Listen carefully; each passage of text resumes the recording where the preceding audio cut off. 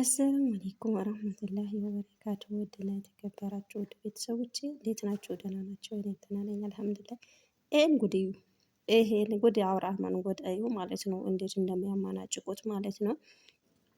ያው ከሩታ ተጣልቶ ሩታ ከሱ ሸሽታ ሰላም የሚያገኝበት ቦታ ብላ በሄደችበት እሱ ደግሞ አበባ ይዞ እንግዲህ ሄዷል ማለት ነው። የሄደውም ደግሞ በራሱ ሳይሆን ሰው ስላለው ኮመንታተሮች፣ ኦዲየንሶች ስላሉት ብቻ ነው። ለምን ይቅርታ እግሯ ስር ወድቃ ይቅርታ ለምን አትላትም ብሎ ስላሉት ነው ሩታ ጋር የሄደው ማለት ነው።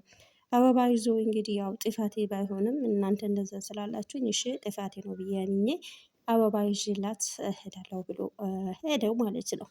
ሲሄድ ግን ያጋጠመው ነገር እንዳያችሁት ነው። እንደ ውሻ ማለት ነው። ዞር በል ፊት ለፊት በራችን አጠገብ ዞር በል፣ እሷም ያው ዞር በል ብላ ከሱ አልፋ ቁጣዋን በአቤል ላይ እያደረገች ነበር። እንዴት ነገሩን እያወቅ እዚህ ድረስ እንዴት እዛው ትመጣለህ ነገሩን እያወክ ብላ አቤል ላይ በጣም ሩታ ተቆጣች ማለት ነው። አብርሃም ደግሞ ምን ስለሆኑ ነው ማን ስለሆኑ ነው እንግዲህ እንደዛ የሚቆጡኝ? በቃ ለምሳሌ ይቅርታ ሌሎች ነው የመጣሁት ይላታል። አንዴም ደግሞ እንግዲህ ተነሺ ሊወስድሽ ነው የመጣሁት ብሎ ይጎትታታል ማለት ነው። እሷ ደግሞ አልፈልግም፣ አልሄድም፣ እኔ ሰላሜን የማገኝበት ቦታ ነው የሚፈልገው። እዚህ ጋር ሰላም ያለ አንተ ጋር ሰላም የለም። ስለዛ ተወኝ ሊኖርበት እዚህ ጋር አሁን ለምን መጣ? አቤልን ደግሞ አንተ ያለሁበትን ለምን አሳየህ ብላ እሷ በጣም እየተቆጣች ነበር።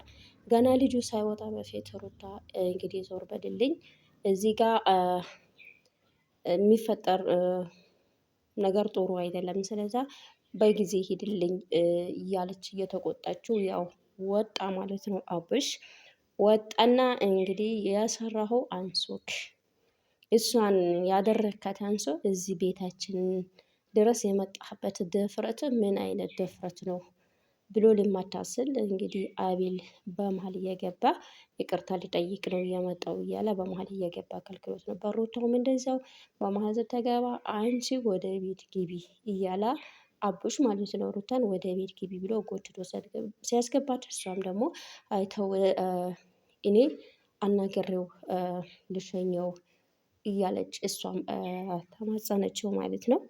ይህ ሁሉ ምንድነው?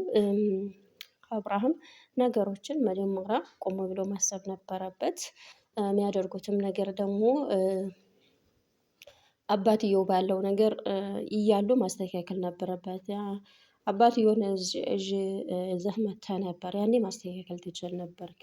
ያኔ ግን እኔን እየወቀስክ ነበር። አሁን ደግሞ ሰው እንደዚህ እንደዚህ ስላለህ ነው ወይ ሰው ስለወቀሰህ ነው ወይ አሁን እኔ ጋር የመጣኸው? በራስህ ጭንቅላት ምንም ነገር አታደርጉም ወይ በሰው ባልህ ነው እንደምትሄደው እያለች ሩታ በጣም ተቆጥታለች ማለት ነው።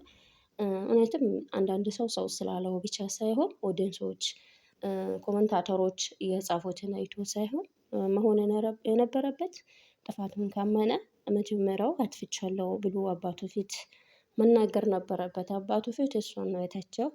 አሁን ደግሞ ኦዲየንሶች ለምን እግሯ ስር ወድቃ አትለምናትም ብሎ ስላሉት ማለት ነው። አይ እኔ ጥፋተኛ ባልሆንም እንደዛ ስላላችሁ ዛሬ ደግሞ አበባ ይዤ እሄዳለሁ ብሏል ማለት ነው። ይሄ ደግሞ ተገቢ አይደለም። ምክንያቱም አንድ ሰው ስላለው ብቻ ሳይሆን እሱ በመጀመሪያ ጥፋተኛ ከሆነ ጥፋተኛ ባይሆን ራሱ ማለት ነው ለጊዜው አሁን እሱ ያለችበት አስቸጋሪ ነው።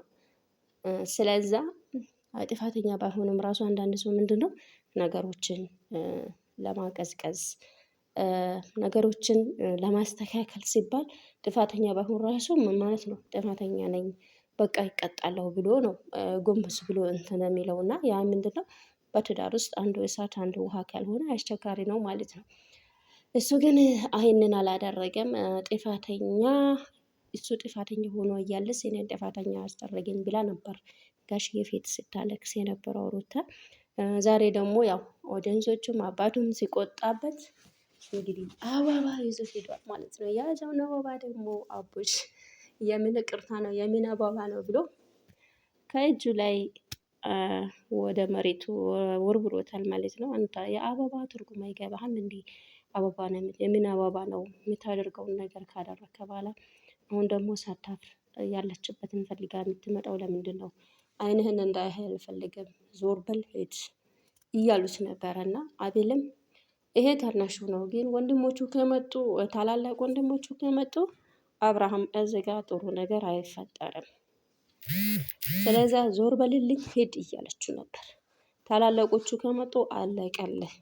ስለዛ ሂድ ከዚህ ቦታ እኔ ነገር አልፈልግም ብላ ሩታ እየተናገረች እንኳን ቀድማ እንኳን እኔን ለምን አልተናገረከኝም? አቤል አትምጡም ኑ እንዲላችሁ ለምንድን ነው እንትን አላልከው? እንዴት ለምን የዚህን ቤት ሁኔታ እያወቅ የዚህን ቤት ነገር እያወቅ እንዴት ይሄንን ይዘሃብኝ ያለሁበትን ድረስ ለምን መጣ ብላ ሩታ እንግዲህ በጣም አቤል ላይ ተቆጥታለች ማለት ነው።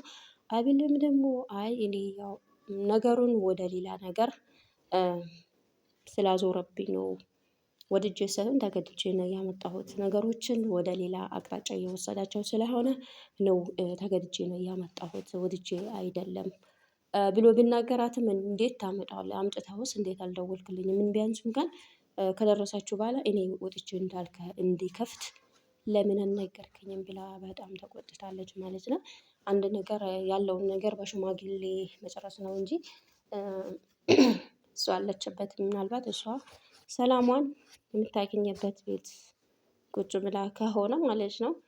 ማንም ሰው እሷ አለችበትን እንዲያውቅ ካልፈለገች አብርሃም እዛ ጋር መሄድ አልነበረበትም። ያለውን ነገር በሽማግሌ ጨርሶ እሷ ፈቃደኛ ስትሆን ነበረ መምጣት ነበረበት። ገና ተጣልቶ ተጨቃጭቆ እያለስ አበባ ይዞ ሄዶ መቶ አበባውን ሳትቀበለው ገና ጎትቶ ለማምጣት ይሄ እውነትም አብርሃም ጅል ነው ወይስ ብልጥ ነኝ የሚለው ነገር ነው። እኔ አልገባኝም ማለት ነው። ማንኛውም ሰው ሀታ እንኳን እሷ አልኖር ሩታ አለችበት ቦታ ያለችበት ሁኔታ ትንሽ ያው ሴቶች ታውቃላችሁ እና ሴት ልጅ ትንሽ እርጉዝ ስትሆን ያነጫንጫታል። ስለዚህ ያንን ነገር እንኳን ጥፋተኛ ቢሆን ጎንበስ ቀና ብሎ ነገሮችን ማስተካከል ነበረበት። እንደ ህፃን ልጅ ገና ተዘጋጂ መጥቻለሁ ብሎ ሳይታረቁ ዝም ብሎ በቃ የሰው ግቢ አንካክቶ ገና ይቅርታውን አልተቀበለችውም። አልፈልግም ለምን መጣ ብላ እየተቆጣች እያለች ማለት ነው።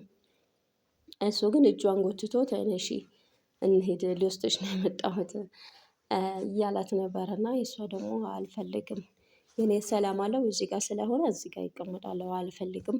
አንዴ ጋር ሰላሜን አንስተኸኛል፣ ሰላሜን አታንሳኝ። እኔ ሰላሜን ያለበት ቦታ ነው የሚፈልገው። ሰላሜ ደግሞ ያለው እዚህ ጋር ነው ብላለች ማለት ነው።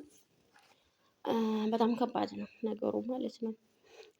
ይህን ያክል ገና ልጅ ሳይመጣ ብዙ ነገሮች አሉ። ያ ሁሉ ሳይደረግ ገና እንግዲህ የተጨቃጨቁት የት ሊደርሱ ነው? ሩታ ናት እንግዲህ ነገሩን እኛ ባለትዳሮች ገና አዲስ ነው የተጋባነው፣ አዲስ ነው አብረን መኖር የጀመርነው። ግን ሩታ የምታስበው ነገሩን 20 ዓመት 25 ዓመት በትዳር እንደቆዩ ሰዎች አስመስላ ነው የምትናገረው ብሏል። ስለዛ 20 ዓመት 25 ዓመት የቆዩትን የባለትዳሮችን አስመስላ የምትናገር ከሆነ አንተም እነሱ በሚኖሩት ልክ መኖር ነበረብህ አይደል? ምክንያቱም አስመስላ በአንድ በኩል ሴት ልጅ ናት ብላ መውቀስ የለብህም። አንተም ማድረግ አለብህ ነገር ለቤቱ ስትል ዝም ማለት አለብህ። አሁንም እኮ ይቅርታ ልትላት አበባ ይዘህ እኮ ሙሉ በሙሉ ጥፋተኛ ራስህን አድርገህ ሳይሆን ሰው ስላለህ ብቻ መሆን የለበትም። ማንኛችንም ቢሆን ማለት ነው። አንድ ሰው ስላለን ብቻ ሳይሆን በራሳችን አቋም መወሰን አለብን። ራሳችንን በራሳችን መወሰን አለብን። ምክንያቱም ራሳችን በራሳችን ወስነን ነው አይደል ትዳር የገባነው። ማንም አሁን በዚህ ጊዜ ትዳር የሚይዝ ሰው በግዴታ በቤተሰብ አይደለም የሚዳረው። ልጅ አልደረስክም ተው ተረጋጋ ሲባል ራሱ አልፈልግም ትዳር እይዛለሁ ብሎ ነው የሚይዘው። ተገዶ ሳይሆን አስገድዶ ነው ትዳር የሚይዘው ቤተሰቡን ማለት ነው። ያንም አንፈልግም ሲሉትም ደግሞ ከውጪ ይዞላቸው ይመጣል። ያኔ ግዴታ ስለሆነባቸው የሰውን ልጅ የመሰለ ነገር ቤታቸው ይዞ መጥቶ ደግሞ እንዳይወጣ ሲሉ ያለውን ነገር ይጨርሳሉ ማለት ነው። ያ ምንድነው? የ25 የ20 ዓመት አብሮ እንደቆየ ሰው አደርጋ ነው የምትናገረው። ገና እኔ ፍሬሽ ነኝ እንደፈለኩ ሆናለሁ የሚለው አተሳሰብ ነው የሚለው መልእክት መስለኝ የአብርሽ መልእክት። ይሄ ደግሞ መሆን የለበትም። አንድ ሰው ትዳር ጥሩም ይሁን መጥፎም ይሁን አይቶ አውቆ ነው የገባው፣ ሳያውቅ አይደለም ዘሎ የገባው ማለት ነው። ስለዛ አሁን ደግሞ እንደዚህ እኔ እንደፈለግኩ ሆናለሁ እንደፈለግኩ ዘላለሁ፣ እሷ ደግሞ እንደ 20 ዓመት አብረን እንደቆየን አስመስላ ትናገራለች የሚለው 20 ዓመትም ብትኖር 25 ብትኖር ከአሁኑ ያልቀረፈችት ነገር እኮ እስከ እድሜ መጨረሻም ድረስ ይዞ ነው የሚዘልቀው። እና እንደዚህ ሳይሆን መሆን የነበረበት ከጊዜ ጊዜ ነገሮችን ማሻሻል፣ ሰው የሚልን መስማት። ስለዛ ያለውን ነገር ተነጋግሮ መጨረስ ነው እንጂ እንደ 20 ዓመት ባለትዳሮች አስመስላ ነው የምትናገረው ብላ ሴት ልጅን መውቀስ የለብህም ማለት ነው። ስለዛ እሷ አዎ ትዳሯን የሚያበላሸውና የሚያስተካክለውን ነገር ስትናገር እንደዚህ 20 ዓመት እና 25 ዓመት አብረን አልቆየንም ገና ፍሬሽ ነን እንደዚህ ለምን ትናገሪኛለሽ የሚለው ነገር። ምክንያቱም 25 የምትኖሩት 1 2 3 ብላችሁ ነው ወደ 20 ወደ 25 የምትሸጋገሩ። ስለዛ በዚህ አይነት ሁኔታ ደግሞ እንዴት ሆናችሁ ነው እንትን የምትሉት? እና ትዳር መጀመሪያ ችግር አለበት መጀመሪያ ካልተቀረፈ ማለት ነው። እስከ መጨረሻውም ጭቅጭቁ እየቀጠለ ነው የሚሄደው፣ እየቀነሰ ሳይሆን እየቀጠለ ነው የሚሄደው። ሩታና አብርሽ በነገራችን ላይ ገና ሳይጋቡም አይተናል፣ ተጨቃጨቁ። አሁን ተጋቡ፣ አረገዘች፣ አሁንም ተጨቃጨቁ። ስለዛ ወልዶም ሊጨቃጨቁ ነው ማለት ነው። ይሄ ሳይሆን መሆን አለበት። በዚህ ጊዜ ህፃን ራሱ የሚነገረው አይደለም። ከ5 ዓመት በላይ የሆኑት ትዳራቸውን ትዳር ምን እንደሆነ በቃ በደንብ ጠንቅቆ ያውቀዋልና ምን እንደሚጠቅማቸው ምን እንደሚጎዳቸው ማለት ነው። ስለዛ አንተ ነገሮችን እንትን በሷ ላይ ለመተቸት መሞከር የለብህም። እሷ ሴት ልጅ ናት። ሴት ልጅ ብልህ ናት። ለትዳሯ ብዙ ነገር ታደርጋለች። ያንንም ስለተናገረች ይመስለኛል። እና 20 ዓመት 25 ዓመት የቆዩ ባለትዳሮችን አስመስላ ትናገራለች የሚለው ምክንያቱም ሴት ልጅ ዝም ብሎ ሳይከፋት ሳይመራት ሳይበዛባት ወጥታ ማለት ነው አባቷ ቤት መሄድ አትመርጥም። እውነቴን ነው ብላችሁ ሴት ልጅ ሲከፋት ብቻ ነው ሲበዛባት ነገሮቹ ከአቅሟ በላይ ሲሆንበት ነው ወደ ቤተሰቦቿም ወደ ፍቺም የምትመርጠው ማለት ነው። ወንድ ልጅ ግን ግድ የለሽ ነው። ሴት ልጅ ግን እንደዛ አይደለችም። ሁላችንም እንደምናውቀው እየተበደለችም እየተገፋችም ትዳሬን ብላ ነው ቁጭ የምትለው። መገፋቷ መበደሏ ምንም አይመስላትም። እና ስለዛ አንተ እሷን ማንቋሸሽ የለብህም ማለት ነው። ውድ ቤተሰቦቼ ለቤቴ እንግዲህ ሆናችሁ ሰብስክራይብ በማድረግ ነባሮቹ ደግሞ ላይክ ሸር በማድረግ እንግዲህ አበረታቶኝ። በቀጣይ በሌላ ቪዲዮ በአዲስ ርዕስ እስከምንመጣ ድረስ ባላችሁበት ዓለም ዳርቻ አላህ ከክፉ ነገር ይጠብቃችሁ ይጠብቀን። አላህ ሀገራችንም ሰላም አድርግልን። በዓለም ላይ ለሚደረጉ ጦርነቶች እንግዲህ እልባት የሚያገኙበትን አላህ ቀን ያሳየን ማለት ነው። ቅርብ አድርገን